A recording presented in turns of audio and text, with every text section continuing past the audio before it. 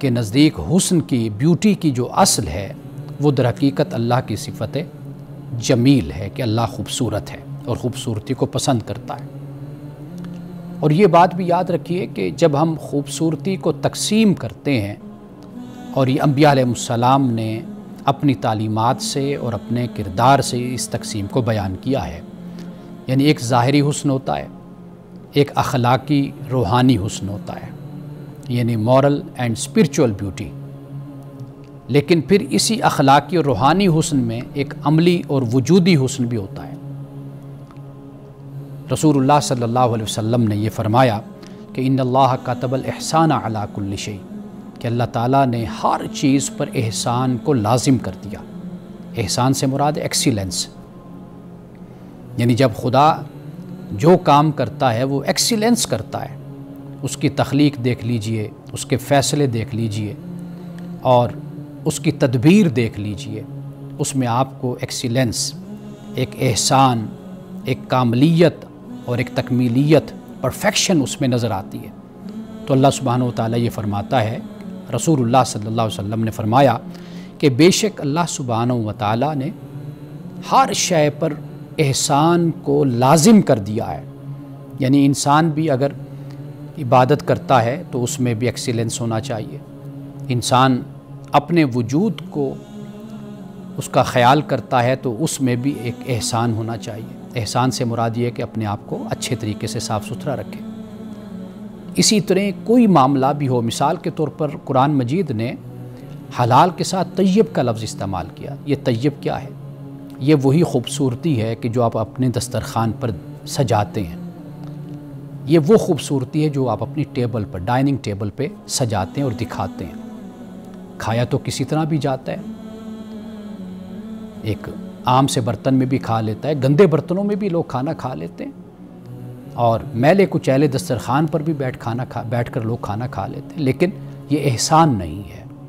اسلام یہ تعلیم دیتا ہے کہ حلال لیکن طیب ہونا چاہیے، یعنی کوشش اس بات کی کرو کہ جتنی تمہاری وسعت اور استطاعت اور طاقت ہے اس کے مطابق اس میں ایکسیلنس لانے کی پوری کوشش کیا کرو۔ تو رسول اللہ صلی اللہ علیہ وسلم نے اس حوالے سے فرمایا کہ جب آپ سے اسلام کے بارے میں سوال ہوا، پھر ایمان کے بارے میں سوال ہوا، پھر احسان کے بارے میں سوال ہوا، رسول اللہ صلی اللہ علیہ وسلم نے فرمایا کہ ان تعبد اللہ کأنک تراہ فإن لم تکن تراہ فإنہ یراک، کہ تم اللہ کی عبادت ایسے کرو کہ تم اللہ کو گویا کہ دیکھ رہے ہو۔ اگر یہ کیفیت تم پر طاری نہیں ہوتی، اس میں تو حقیقت ہے کہ خدا تمہیں دیکھ رہا ہے۔ یہ احسان ہے، یعنی یہ عبادت کا کمال، عبادت کا عروج، عبادت کی کلائمیکس جس کو کہا جاتا ہے، انتہا ہے یہ کہ انسان اس طریقے سے خدا کی عبادت کرے گویا کہ وہ خدا کو دیکھ رہا ہے، اور دیکھ کر جو یقین ہوتا ہے وہ کسی اور کے دیکھنے سے یقین نہیں ہوتا، جب انسان خود دیکھتا ہے۔ تو یہ رسول اللہ صلی اللہ علیہ وسلم نے فرمایا، اور یہ در حقیقت انبیاء علیہ السلام کی جو جمالیاتی حص ہے، یہ در حقیقت اسی کا بیان ہو جاتا ہے۔ فطرت میں جمال کا ادراک، یعنی یہ ایک پہلو جو میں نے آپ کے سامنے رکھا کہ عملی وجودی جو جمالیاتی حص ہوتی ہے، یہ پہلو ہوتا ہے، اس میں فطرت بھی آ جاتی ہے، یعنی صرف اپنی ذات نہیں، صرف اسپرچویلٹی نہیں، بلکہ اللہ سبحانہ و تعالیٰ نے ساری کائنات میں بھی ایک حسن کو قائم رکھا ہے۔ اور یاد اس بات کو رکھیے کہ یہ جو جمالیاتی حص کا میں نے ذکر کیا، اس میں توازن، اس میں ترتیب، ہم آہنگی، اس میں ایک رنگ اپنی جگہ پر یہ نظر آتا ہے۔ سن اللہ الذی اتقن کل شیء، قرآن پاک کہتا ہے کہ اللہ تعالیٰ کی جو یہ تخلیق ہے، صنعت ہے، اس میں پرفیکشن پائی جاتی ہے، کمال، حسن اور جمال اس کے اندر موجود ہے۔ تو لہٰذا فطرت میں بھی اگر آپ دیکھتے ہیں تو آپ کو ایک حسن و جمال اور ایک آپ کو کاملیت وہاں پر بھی نظر آتی ہے۔ آخری الفاظ پہ میں اس گفتگو کا اختتام کرتا ہوں، اس کے بعد ہم وقفے کی طرف جائیں گے۔ وہ یہ ہے کہ قرآن مجید کو جب ہم پڑھتے ہیں تو قرآن کے الفاظ نغمگی رکھتے ہیں، اس کا توازن موسیقیت پیدا کرتا ہے، تشبیہات دل پر اثر کرتی ہیں۔ یہ کیا ہے؟ یہ جمالیاتی حص ہی کا ایک اظہار ہے کہ جس سے انسان کو، پڑھنے والے کو، سننے والے کو تسکین ملتی ہے اور سکون ملتا ہے۔ گفتگو کا سلسلہ جاری رکھتے ہیں وقفے کے بعد۔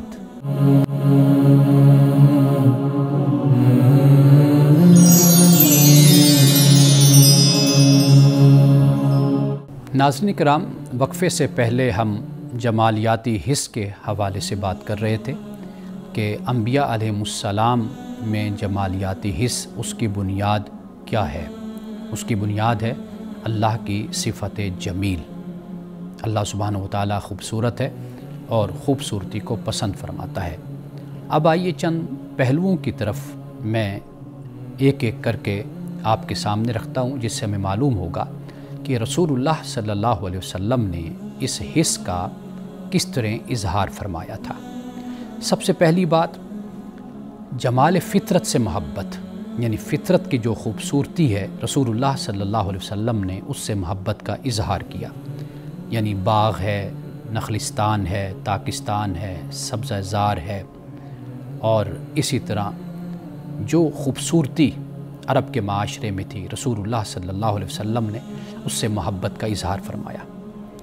یعنی بارش ہے تو رسول اللہ بادل، بارش، ان سے محبت کا اظہار فرماتے تھے۔ ایک حدیث میں یہ آتا ہے کہ فرمایا کہ جب تم سبزہ دیکھو تو یاد کرو کہ دل بھی اسی طرح نرم ہوتے ہیں جیسے زمین بارش سے نرم ہوتی ہے۔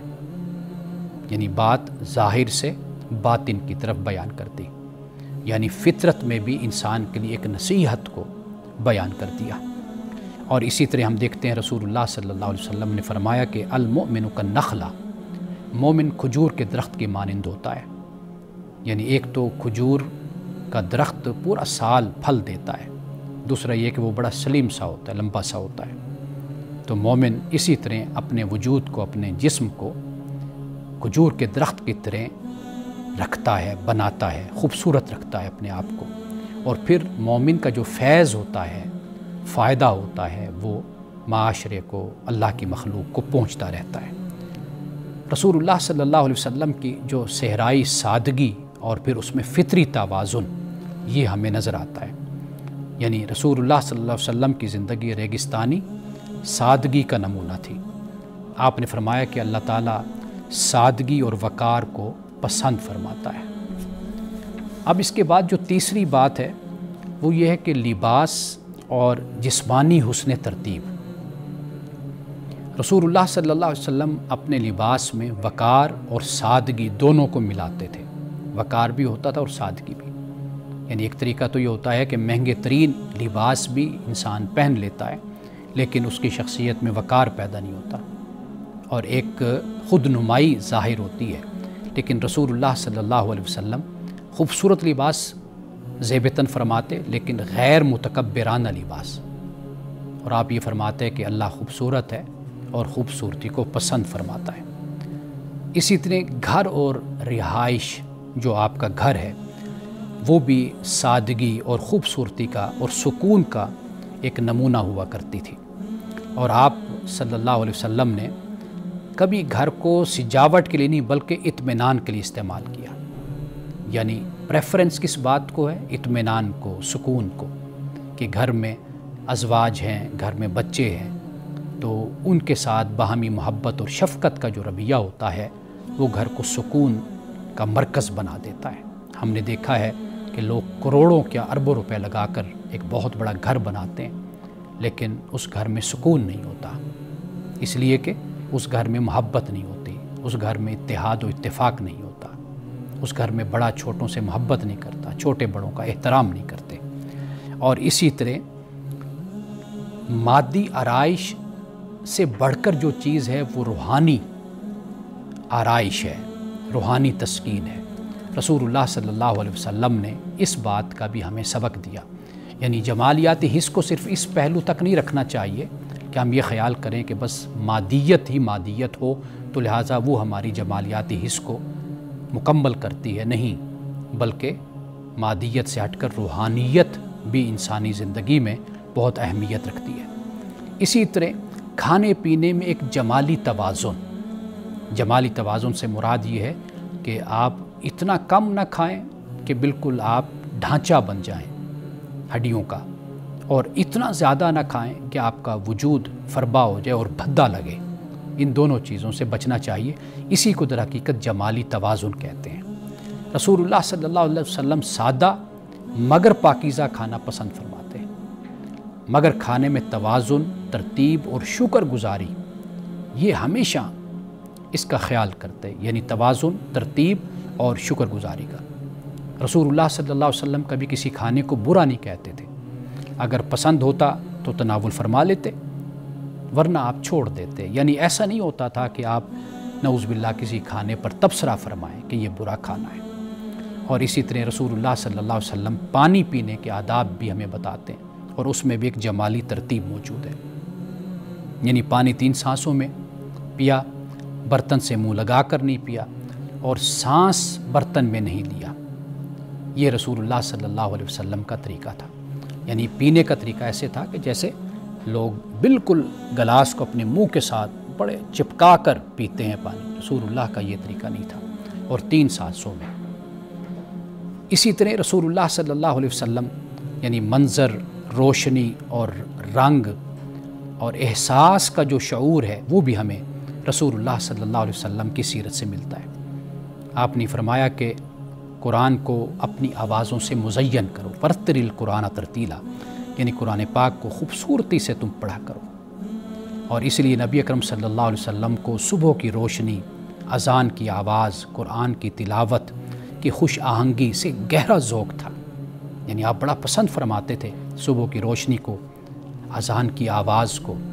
حضرت بلال رضی اللہ تعالی عنہ کی یہ ذمہ داری تھی کہ وہ اذان دیتے تھے، اس کے علاوہ اور بھی مؤذن تھے۔ نعوذ باللہ کئی لوگ یہ بیان کرتے ہیں کہ آواز ان کی خوبصورت نہیں تھی، تو ایسا نہیں تھا۔ رسول اللہ صلی اللہ علیہ وسلم نے حسن صوتی کو، خوبصورت آواز کو ہمیشہ پسند فرمایا اور اس کو پریفر کیا۔ حضرت بلال کی آواز بھی خوبصورت تھی، اور اسی طرح رسول اللہ صلی اللہ علیہ وسلم نے عبادت میں بھی اسی طریقے کو آپ نے اختیار کیا۔ فطرت کے جو مناظر ہیں ان سے بھی رسول اللہ صلی اللہ علیہ وسلم نے محبت فرمائی، جیسے میں نے آپ کے سامنے رکھا کہ صبح کی روشنی ہے، اور اسی طرح سورج کا ڈھلنا، اس وقت کا جو ایک ماحول ہوتا ہے وہ رسول اللہ نے اس کو پسند فرمایا۔ اس لیے آپ نے بارش کو رحمت آپ نے قرار دیا، چاند کو نشانی، پرندوں کی پرواز کو تذکرہ رسول اللہ صلی اللہ علیہ وسلم نے فرمایا۔ آپ نے فرمایا کہ بارش برستی ہے تو وہ رحمت ہے، وہ عذاب نہیں ہے۔ اور آخر میں سب سے اہم بات یہ ہے کہ اخلاقی اور روحانی جمال، رسول اللہ صلی اللہ علیہ وسلم نے فرمایا کہ تم میں سب سے بہتر وہ ہے جس کا اخلاق سب سے خوبصورت ہے۔ جو اخلاق میں خوبصورت ہے، فرمایا وہ بہترین شخص ہے۔ تو یہاں جمال کا معیار ظاہری نہیں بلکہ باطنی حسن، یہ رسول اللہ صلی اللہ علیہ وسلم نے قرار دیا۔ قرآن پاک نے رسول اللہ صلی اللہ علیہ وسلم کے جمال کو، آپ کے اخلاق کو، کردار کو یوں سمیٹا، فرمایا وَإِنَّكَ لَعَلَىٰ خُلُقٍ عَظِيمٍ، یعنی کہ اے نبی صلی اللہ علیہ وسلم کے بے شک آپ خلق عظیم پر آپ فائز ہیں۔ تو گویا کہ اگر ہم اس جمالیاتی حس کو، حس جمال کو، اسٹیٹک سینس کو اگر بیان کرنا چاہیں تو 3 الفاظ میں ہم اس کو بیان کر سکتے ہیں۔ ایک توازن ہے، ایک احسان ہے، اور ایک تذکرہ ہے۔ توازن سے مراد ہارمنی ہے، بیلنس ہے، اور احسان سے مراد جیسے میں نے پہلے ذکر کیا ایکسیلنس ہے، اور تذکرہ سے مراد ریممبرنس ہے۔ اللہ سبحانہ و تعالیٰ نے اس کائنات میں ایک توازن پیدا کیا۔ اسی کائنات میں اللہ تعالیٰ نے اپنی صنعت میں، اپنی تخلیق میں یہ ہمیں بتا دیا کہ احسان، ایکسیلنس کا پہلو نظر آتا ہے، اور تذکرہ ریممبرنس، یعنی اگر آپ جمالیاتی حس کی بات کرتے ہیں، فن جمالیات کی بات کرتے ہیں، تو حس جمالیات کی بات کرتے ہیں، تو اس کا جو نقطہ منتہا ہے، کمال ہے، وہ کون ہے؟ وہ رب ذوالجلال کی ذات ہے۔ اس لیے ریممبرنس فرمایا، یعنی تذکرہ۔ آپ جب اس کائنات میں خوبصورتی کو دیکھتے ہیں تو اللہ کا شکر ادا کریں، اللہ کی تعریف کریں کہ وہ خدا کہ جس نے اس کائنات کو اتنا خوبصورت بنایا۔ انسان بھی تو اسی کی تخلیق ہے۔ قرآن پاک نے یہ بیان کیا لقد خلقنا الانسان فی احسن تقویم، کہ ہم نے انسان کو خوبصورت پیرائے میں، خوبصورت ساخت میں ہم نے انسان کو پیدا کیا، ہم نے بنایا۔ یہ الگ بات کہ پھر انسان خود ہی پستی کی طرف چلا جاتا ہے، لیکن ہم نے اس کو جسمانی حوالے سے، اس کو روحانی حوالے سے، اس کو اخلاقی حوالے سے، ہر حوالے سے ہم نے اس کو جو رہنمائی مہیا کی ہے، جو ہماری تخلیق ہے وہ خوبصورت تخلیق ہے، جو ہم نے راستہ دکھایا وہ راستہ بھی سب سے اچھا راستہ ہے۔ لیکن انسان پھر اپنی مرضی سے کسی راستے کو چنتا ہے تو وہ اس کی اپنی مرضی ہوتی ہے، یعنی اس پر کوئی جبر نہیں ہے۔ تو یہ ہمیں معلوم ہوتا ہے کہ رسول اللہ صلی اللہ علیہ وسلم کی شخصیت میں، آپ کی ذات میں ناظرین کرام ایک بات بڑی اہم ہے۔ ہم یہ خیال کرتے ہیں کہ اگر ہمارے پاس وسائل ہوں گے، مال اور دولت ہمارے پاس ہوں گے تو پھر ہی ہم اس خوبصورتی کا اظہار کر پائیں گے، اپنے گھر کو خوبصورت بنا پائیں گے، ہم اچھے کپڑے پہنیں گے۔ نہیں، ایسی بات نہیں ہے۔ میں آپ کو ایک مثال چھوٹی سی یہاں پر دیتا ہوں کہ میں نے دیکھا ہے کہ گھر کی خواتین، گھر بہت چھوٹا سا ہوتا ہے، گھر میں اتنا کوئی سامان بھی نہیں ہوتا، لیکن آپ اس گھر میں جب داخل ہوتے ہیں تو آپ کو اس گھر کی خاتون کی سلیقہ مندی نظر آتی ہے، اس کی سمجھداری نظر آتی ہے۔ بے شک گھر چھوٹا سا ہے، بے شک سامان اتنا زیادہ نہیں، لیکن ہر چیز اپنے سلیقے سے اپنی جگہ پر موجود ہوتی ہے، صفائی ستھرائی ہوتی ہے، ہر چیز آپ دیکھتے ہیں تو آپ کا دل خوش ہو جاتا ہے۔ یہ بھی صورت ہے۔ ایک صورت یہ ہوتی ہے کہ آپ بہت بڑے گھر میں جاتے ہیں لیکن آپ دیکھتے ہیں کہ وہاں پر ویرانہ ہے، وہاں پر گندگی ہے، وہاں پر گرد ہے، مٹی ہے، وہاں پر غبار آلود ماحول ہے، لیکن اس گھر میں رہنے والی بھی خاتون ہوتی ہیں، خواتین ہوتی ہیں۔ تو بنیادی طور پر یہ فرق ہے کہ اللہ سبحانہ و تعالیٰ نے آپ کو، مجھے، سب کو ایک ایستھیٹک سینس عطا کی ہے، اور یہ فطری طور پر میں بھی پسند کرتا ہوں، آپ بھی پسند کرتے ہیں۔ تو لہٰذا یہ ضروری نہیں ہوتا کہ میرے پاس یہ سب کچھ ہو تو پھر میں ایسے کر لوں، نہیں، بلکہ آپ جس حیثیت میں اور جس مقام پر ہیں اس پر کوئی خرچ نہیں ہوتا۔ پانی آج بھی میسر ہے، انسان نہا سکتا ہے، نہانے کے لیے صابن کی ضرورت ہے، صابن کوئی اتنا مہنگا نہیں ہوتا۔ آپ اپنے کپڑے، ضروری نہیں ہے کہ مہنگا ترین لباس پہنیں، آپ اپنے لباس کو اجلا رکھ سکتے ہیں، صاف ستھرا رکھ سکتے ہیں، دھو کر پہن سکتے ہیں۔ تو وہ چیزیں کہ جو آپ صاف ستھرا اپنے آپ کو رکھ سکتے ہیں تو اس کے لیے کوئی زیادہ کوئی تگ و دو نہیں کرنی پڑتی، وہ چیزیں آج بھی اسی طرح آسانی سے آپ کو مہیا اور میسر ہو جاتی ہیں۔ رسول اللہ صلی اللہ علیہ وسلم نے عرب کے معاشرے میں کہ جہاں پر پانی کی کمی تھی، ہفتے میں ایک مرتبہ نہانا یہ آپ نے ان پر لازم کیا تھا کہ ضرور ایک ہفتے میں، اور اسی لیے جمعے کے موقع پر کہا کہ بھی نہا دھو کر آیا کرو۔ تو اسی بہانے سے اور اسی وجہ سے جسمانی صفائی بھی ہو جاتی ہے۔ تو لہٰذا اللہ نے آج آپ کو، مجھے جو سہولیات دے رکھی ہیں تو ہم اپنی صفائی ستھرائی کا بھی خیال کریں، اور قدرت نے جو حسن اس کائنات میں پھیلایا ہوا ہے، ہر طرف ہمیں نظر آتا ہے، تو ہم اس سے روحانی تسکین بھی حاصل کریں۔ رسول اللہ صلی اللہ علیہ وسلم کی سیرت اس جمالیاتی حص کو، اس ایستھیٹک سینس کو بہت خوبصورت طریقے سے عملی، اخلاقی، روحانی، باطنی ہر حوالے سے بیان کرتی ہے۔ اور پھر قرآن مجید کو پڑھ کر دیکھیے، قرآن مجید حسن سے بھرا ہوا ہے۔ جیسے میں نے اس بات کو بیان کر دیا کہ قرآن میں ایک نغمگی ہے، قرآن میں ایک توازن ہے، قرآن میں ایک حسن ہے۔ قرآن کے الفاظ، آیات کو جب آپ آواز میں خوبصورتی سے پڑھتے ہیں تو پھر آپ دیکھیے کیسا ماحول بنتا ہے۔ تو یہ دعا کیجئے کہ رسول اللہ صلی اللہ علیہ وسلم کی اسی سیرت کے پہلو کو ہم اختیار کریں، تاکہ ہمارا اپنا وجود، ہمارا گھر، ہماری سڑکیں، ہمارے بازار، ہمارا ماحول، ہماری گلیاں، کوچے سب صاف ستھرے ہو جائیں، اور پتہ چلے کہ ہم رسول اللہ صلی اللہ علیہ وسلم کو ماننے والے ہیں اور آپ کی سیرت پر عمل کرنے والے ہیں۔ ملتے ہیں ایک وقفے۔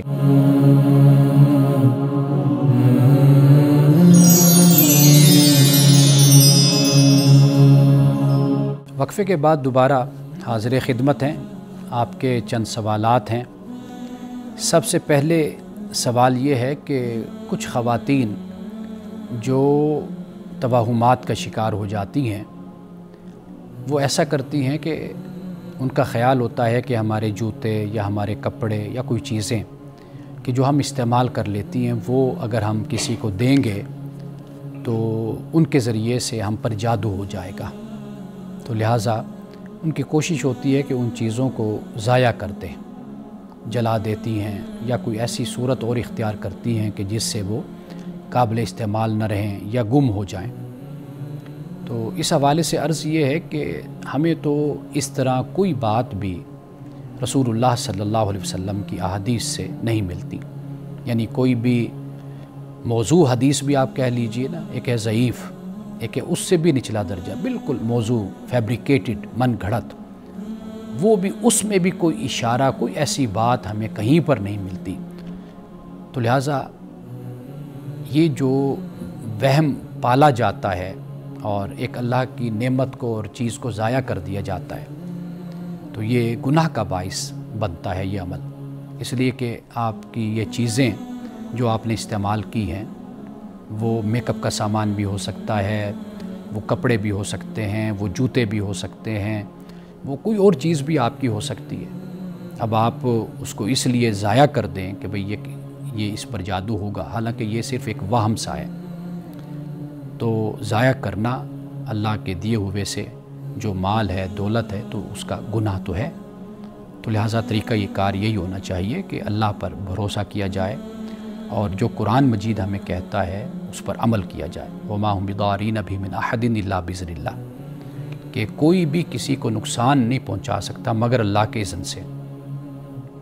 اللہ کے اذن سے مراد یہ ہے کہ اللہ سبحانہ و تعالیٰ نے کوئی آزمائش، کوئی امتحان آپ کے لیے رکھی ہے تو وہ آپ کے لیے کوئی تکلیف آ سکتی ہے، لیکن ویسے کسی کی یہ جرت اور ہمت نہیں کہ وہ آپ کو تکلیف پہنچا سکے۔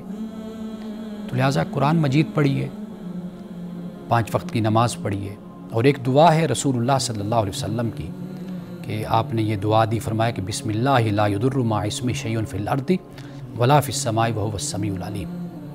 یہ آپ نے فرمایا کہ صبح جیسے 3 مرتبہ پڑھ لی جائے، شام کو 3 مرتبہ اسے پڑھ لیا جائے، اور آخری کل بھی ہیں ان کی تلاوت کی جانی چاہیے۔ میرا عقیدہ، میری سوچ، میری فکر تو یہ ہے کہ آپ 5 وقت جب نماز پڑھیں گی، اللہ سبحانہ و تعالیٰ ہر طرح کے وبال سے، مصیبتوں سے آپ کو بچائے گا۔ جو حاسدین کا حسد ہوتا ہے، ان کا شر ہوتا ہے، اللہ تعالیٰ اس سے آپ کو محفوظ رکھے گا۔ تو لہٰذا نماز کی پابندی کیجئے، اپنے آپ کو پاکیزہ رکھیے، قرآن مجید کی تلاوت کیجئے۔ ہمارے گھروں میں پہلے یہ روایت تھی کہ صبح نماز کے بعد بیٹھ کر بچے بھی، بڑے بھی، بوڑھے بھی، عورتیں بھی، مرد بھی قرآن کی تلاوت کرتے تھے۔ وہ روایت ختم ہو گئی۔ اب ایسے گھروں میں بے برکتی ہوتی ہے، اس سے پھر ماحول ایسا ہی بنتا ہے کہ جس میں لڑائی جھگڑے، جب ایک دوسرے کے حقوق کو نہیں جاننا، ایک دوسرے کے فرائض کا پتہ نہیں ہے، تو پھر یہی ماحول ہی گھروں کا بنتا ہے جو آج ہم دیکھتے ہیں۔ تو لہٰذا ان توہمات کی طرف جانے کے بجائے وہ باتیں کہ جن کا کوئی وجود بھی نہیں ہے، وہ آپ کی ذہن کی ایک اختراع ہے اور ایک تخلیق ہے، ممکن ہے اس کی وجہ کوئی نفسیاتی مسئلہ ہو، کوئی پریشانی ہو، کوئی معاشی پریشانی ہو، کوئی نفسیاتی پریشانی ہو، جس کی وجہ سے اس طرح کی باتیں ذہن میں آتی ہیں۔ تو میں تو ہمیشہ یہ کہا کرتا ہوں، جب آپ اپنے آپ کو مومن کہتے ہیں، ایمان والا کہتے ہیں، تو پھر خدا پر یقین رکھیے۔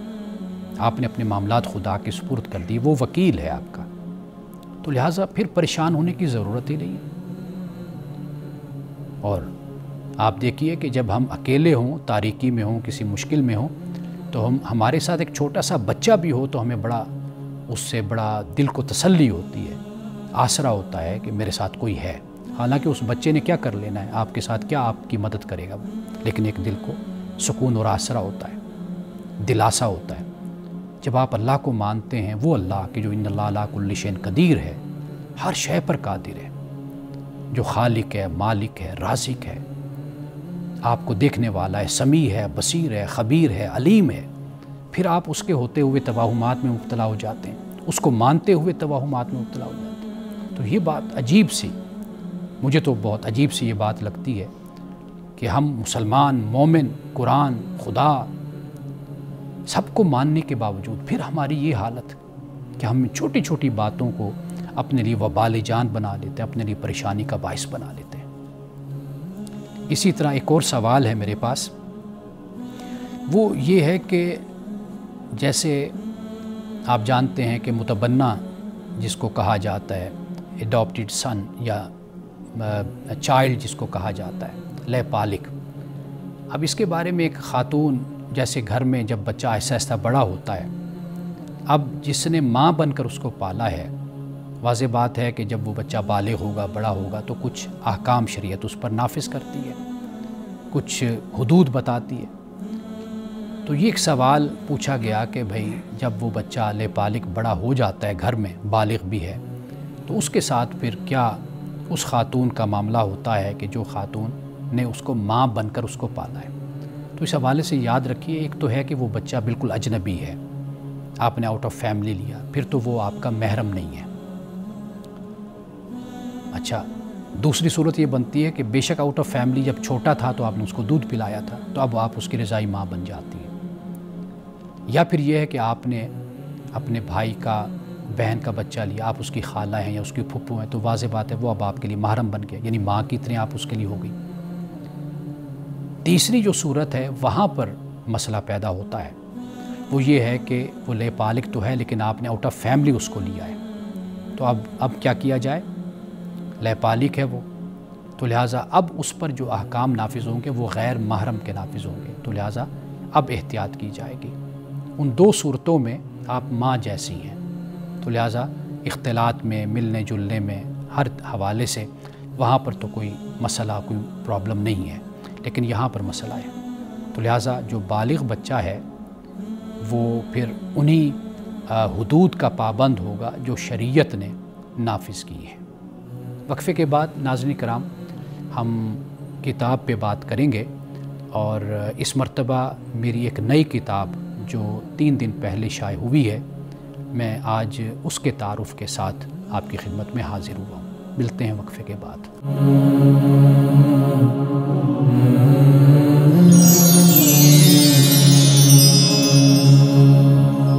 وقفے کے بعد دوبارہ میں اپنی کتاب کے ساتھ آپ کی خدمت میں حاضر ہوں۔ میری کتاب ابھی 3 دن پہلے شائع ہوئی ہے، اور اس کتاب کا نام ہے قرآن اور بائبل، یہ کتاب کا ٹائٹل ہے۔ یہ تقریباً کوئی 3 سے 4 سال کی میری محنت ہے، اور اس میں میں نے کوشش جس بات کی ہے وہ میں آپ کی خدمت میں پیش کر دیتا ہوں۔ میرا مزاج، میری طبیعت یا طبیعت بھی اور تربیت بھی، یہ دونوں مناظرانہ نہیں ہیں، یعنی ایسا انداز میں کبھی اپنی گفتگو میں، اپنی تحریر میں نہیں اختیار کرتا کہ جس سے میں دوسرے کو للکاروں، دعوے کروں، مناظرے کی دعوت دوں، اور دوسرے کو جھوٹا کہوں اور دوسرے پر فتوے لگاؤں۔ یہ میرا مزاج نہیں ہے۔ آپ اسے طبیعت کہہ لیجئے، اسے میری تربیت کہہ لیجئے، کہ ایسے اساتذہ کے پاس بیٹھنے کا شرف حاصل ہوا، سیکھنے کا شرف حاصل ہوا، اور ایسے علماء اہل علم کے پاس بیٹھا رہا میں، تو جہاں سے مجھے یہ سبق ملا اور یہ میں نے سیکھا کہ آپ اپنی بات کو پیش کر دیجئے اور پھر دوسرے پہ چھوڑ دیجئے کہ وہ آپ کی بات پہ کان دھرتا ہے، توجہ کرتا ہے، سوچتا ہے، سمجھتا ہے، تو وہ طریقہ سب سے اچھا ہے، وہ دعوت کا اور تبلیغ کا انداز ہوتا ہے۔ تو میں نے اس کتاب میں جو کچھ بھی پیش کیا ہے وہ تقابل کے انداز میں نہیں ہے، یعنی اس میں مماثلت کا انداز ہے، مطابقت کا انداز ہے۔ یعنی میں نے اس میں یہ پیش کیا ہے کہ قرآن مجید میں نماز کا ذکر ہے، اور اسی طرح نماز ہمیں بائبل میں بھی ملتی ہے، یعنی دعا، اور اسی طرح روزہ ہے۔ قرآن پاک نے خود فرمایا کہ کما کتب علی الذین من قبلکم، جیسے تم سے پہلوں پر فرض کیے کہ واضح بات ہے کہ پہلے کون تھے؟ پہلے یہی الہامی مذاہب کو ماننے والے، یعنی حضرت موسیٰ علیہ السلام ہیں، حضرت مسیح علیہ السلام ہیں، حضرت داود ہیں، دیگر پیغمبران خدا ہیں، تو روزے کا تصور وہاں بھی موجود تھا۔ قرآن نے خود نماز کے بارے میں یہ کہا کہ وَكَانَ يَأْمُرُ أَهْلَهُ بِالصَّلَاةِ وَالزَّكَاةِ، کہ اسماعیل نماز کا اپنے گھر والوں کو حکم دیتے تھے، زکوٰۃ کا حکم دیتے تھے۔ انبیاء علیہ السلام فخلف من بعدہم خلف اضاعوا الصلاۃ، قرآن یہ کہتا ہے کہ پیغمبروں کے بعد آنے والے جو تھے ناخلف لوگ، نافرمان، انہوں نے نمازوں کو ضائع کیا۔ تو گویا کہ پیغمبر نمازیں پڑھا کرتے تھے، بعد والوں نے نمازوں کو ضائع کیا۔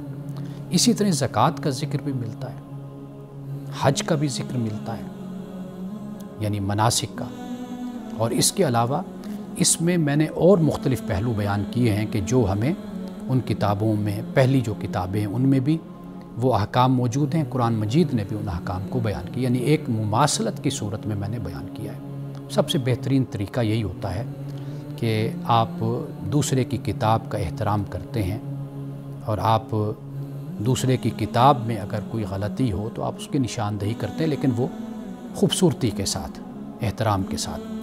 اب میں نے اس میں نماز کا، جیسے میں نے آپ کو بتایا کہ اس کا ذکر میں نے کیا ہے، لیکن جہاں پہ میرا پوائنٹ آف ویو، یعنی جو میرا عقیدہ ہے، جو مسلمانوں کا عقیدہ ہے، اس کو میں نے بڑی مضبوطی کے ساتھ بیان کیا ہے۔ یعنی وہ واضح بات ہے کہ اختلاف تو ہے، اور اختلاف کو کبھی ختم نہیں کیا جا سکتا، لیکن اختلاف کو بیان کرنے کا طریقہ ہوتا ہے۔ اب یہ دیکھیے کہ اس میں نے توحید کو بیان کیا ہے، بائبل کے اوراق سے، صفحات سے، اور قرآن مجید سے بھی میں نے توحید کو بیان کیا، اسی طرح رسالت کو بیان کیا، اور اسی طرح معاد یعنی آخرت کو بھی میں نے اس میں بیان کیا۔ اور پھر اس کے علاوہ یہ ہے کہ اس میں عدل اور انصاف جس کو کہتے ہیں، یعنی بائبل میں اس کے حوالے سے کیا تعلیم ہے اور قرآن مجید کی کیا تعلیم ہے، قصاص کے حوالے سے، اور یہ جو نکاح اور طلاق کا تصور ہے، اسے بائبل نے کیسے بیان کیا، قرآن مجید نے اس کو کس انداز سے بیان کیا، اور اسی طرح اس میں جو عصر حاضر کے جو چیلنج ہیں۔ دیکھیے ہم سب انسان ہیں اور اس زمین پر ہم رہتے ہیں، اس میں کوئی شک نہیں ہے کہ اختلاف ایک دوسرے سے ہے اور وہ رہے گا۔ ہمارا مسئلہ اصل میں یہ نہیں ہے کہ ہم اختلاف کو ختم کریں، وہ ہو نہیں سکتا، لیکن ہم اختلاف کے آداب، اس کی تربیت ہم دے سکتے ہیں۔ اس کا طریقہ یہی ہوتا ہے کہ آپ جو بھی تحریر کریں، جو بھی لکھیں، جو بھی کام کریں، جو بھی تحقیق کریں، اس کا طریقہ کار ایسا ہونا چاہیے کہ جسے ہم کہتے ہیں کہ ایک امپارشل، ایک غیر جانبدارانہ تحقیق ہونی چاہیے۔ محقق کا بنیادی طور پہ کام یہی ہوتا ہے، اس کا کام یہ نہیں ہوتا کہ وہ جانبدار بن جائے، اس کا طریقہ کار یہ ہوتا ہے کہ وہ جو ریفرنسز ہیں، ایویڈنسز ہیں، جو پروف ہیں، وہ سامنے رکھتا ہے اور اس کی روشنی میں ایک اپنی رائے کو قائم کرتا ہے اور وہ بتاتا ہے۔ تو میں نے اپنی کتاب میں اسی کا خیال کیا، یعنی مثال کے طور پر آپ دیکھیے قرآن پاک نے انبیاء علیہ السلام کے قصص کو بیان کیا ہے، واقعات کو بیان کیا۔ میں نے اسی چیز کو بائبل سے بھی بیان کیا اور پھر خود قرآن مجید کے ساتھ بھی اس کو میں نے بیان کیا۔ اور سب سے جو بنیادی بات ہے وہ یہ ہے کہ قرآن اور بائبل، یعنی جو فصل دوم ہے 216 صفحے پر، وہ یہ ہے کہ قرآن اور بائبل کی مشترکہ تعلیمات سے عالمی اصلاح یہ کیسے ممکن ہے؟ کیونکہ عالمی سطح پہ آپ دیکھتے ہیں کہ اختلافات سامنے آتے ہیں، الجھاؤ، اور آپس میں اسی بنیاد پر منافرت اس کو پھیلایا جاتا ہے۔ میں نے قرآن اور بائبل کی روشنی میں عالمی امن کا پیغام، عالمی امن کے پیغام کے حوالے سے آیات، قرآن مجید کی بھی آیات اور پھر بائبل کی بھی، عالمی امن اور ایک مثالی دنیا کا تصور جو ہمیں قرآن سے اور بائبل سے ملتا ہے، عدل و انصاف، یعنی الہی معاشرتی نظام کا بنیادی جو پلر اور ستون ہے وہ عدل و انصاف ہے، انسان کی حرمت اور مساوات، محبت اور رحم، صلح و مفاہمت، فلاحی سماجی نظام، ماحولیاتی تحفظ، عصر حاضر کے چیلنج اور الہامی رہنمائی، مذاہب کے درمیان بات چیت اور بین الاقوامی تعاون، مشترکہ روحانی اقدار اور انسانی وقار، انسانیت کی اصلاح کے لیے مشترکہ اقدار کا فروغ، اخلاقی اقدار کا فروغ، سماجی انصاف اور مساوات، معاشرتی ذمہ داری اور فلاحی کام، تعلیم کا کردار، اخلاقی و روحانی ترقی، متنازع معاملات کا حل، قرآن اور بائبل کی رہنمائی، یعنی متنازع جو معاملات ہیں ان کا حل ہمیں قرآن سے اور بائبل سے کیا ملتا ہے، زندگی کے مقصد کا تعین، قرآن اور بائبل ہمیں بتاتے ہیں کہ روحانیت کی تکمیل یہ در حقیقت مقصد ہے انسانی زندگی کا۔ تو ناظرین کرام، قرآن اور بائبل کے حوالے سے بہت کام اسلامی دنیا میں بھی ہوا ہے اور دوسری دنیا میں بھی بڑا کام ہوا ہے، لیکن کوشش اس بات کی میں نے اس میں کی ہے کہ میں کوئی ایسی صورت یعنی پیدا کروں یا ایسا مواد اور ایسی تحقیق سامنے لاؤں کہ جو مماثلت کی صورت میں ہو، اور مذاہب میں جو باہمی ایک چپکلش، ایک نفرت اور ایک دشمنی اور عداوت جس بنیاد پر خون بہا دیا جاتا ہے، اس سے بچاؤ ہو جائے، اور یہ خدا کی جو زمین ہے یہ ایک امن کا، سلامتی کا گہوارہ بن جائیں۔ آخر ہم سب اللہ کی مخلوق ہیں۔ انہی الفاظ کے ساتھ اجازت دیجیے، انشاءاللہ اگلے پروگرام میں دوبارہ آپ سے ملاقات ہوگی۔ السلام علیکم ورحمۃ اللہ وبرکاتہ۔